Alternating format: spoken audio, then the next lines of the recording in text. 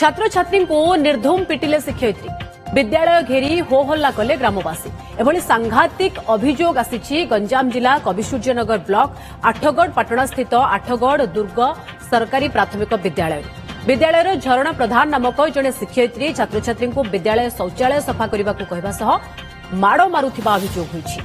तेज शिक्षयित्री माड़ मारिबा परे छात्र छात्री विद्यालय परिसर में कांदुथिबा बेले अभिभावक खबर पाई विद्यालय में पहुंची होहल्ला करने सह शिक्षयित्री को घेरी जाइथिले।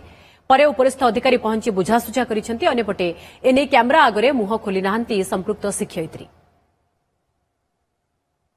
लेट्रिन सफा करिया कहउछन्ती, झाड़ू मारिया कहउछन्ती, न गले पिला नु पाडउछन्ती। झरणा मास्टर सब जगह पिला जति पिला आसी जति बारे जति आ गोटे पिलाडा पेली दैछि जे तार गोडरे नुआ गना पई रक्त बाहरछि।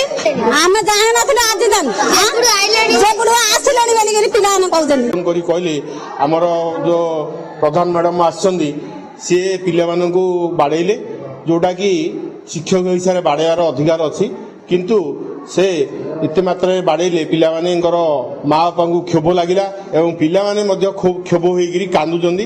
एणु आमे ए दीदी को कौन प्रकार उत्तर पचारे कौन नहीं बाड़े बोली से किसी कहूना कि कौन प्रकार सहयोग करना।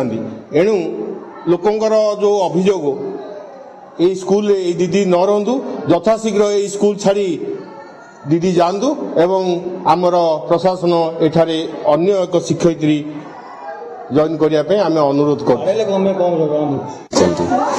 देखिए दीदी पचारे मुझे कौन है आपंकर ना पिला सफा करा पिला न मानने बाड़े ये